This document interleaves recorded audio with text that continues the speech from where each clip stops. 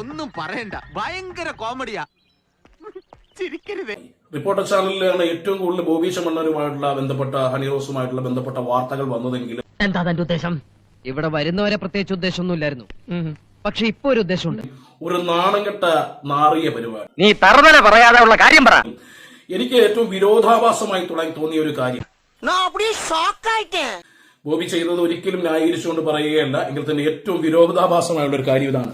അതെ, ഹണി റോസിന്റെ അധിക്ഷേപ പരാതി ഭയങ്കര ലൈവാണ് കേട്ടോ, ഞാൻ പോസ്റ്റ് ചെയ്ത് വെച്ചിരിക്കുകയാണ്. പാമ്പ് കടിച്ചോന്റെ വായി പാഷാണം കലക്കി ഒഴിക്കല്ലേ. ശ്രീകുമാർ കാണിച്ച ഒരു തെണ്ടിത്തരം നോക്കി, അവിടെയും ബോബി ബോച്ചയുടെ പരസ്യമാണ് കേട്ടോ.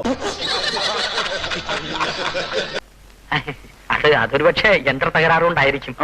ഈ പരസ്യം മേടിക്കുന്ന ഈ റിപ്പോർട്ടർ ചാനലുകാരോട് ചോദിക്കുന്നത്, ഇയാൾക്കെതിരായിട്ടുള്ള ഒരു വാർത്തയല്ലേ, അയാൾ ചെയ്തൊന്നും ന്യായമെന്ന് പറയുന്നില്ല. ആ സമയത്തെങ്കിലും ഇത് ഈ മുകളിലിട്ടിരിക്കുന്ന ബോച്ചയുടെ പരസ്യം ഒന്ന് ഒഴിവാക്കി കൂടെ?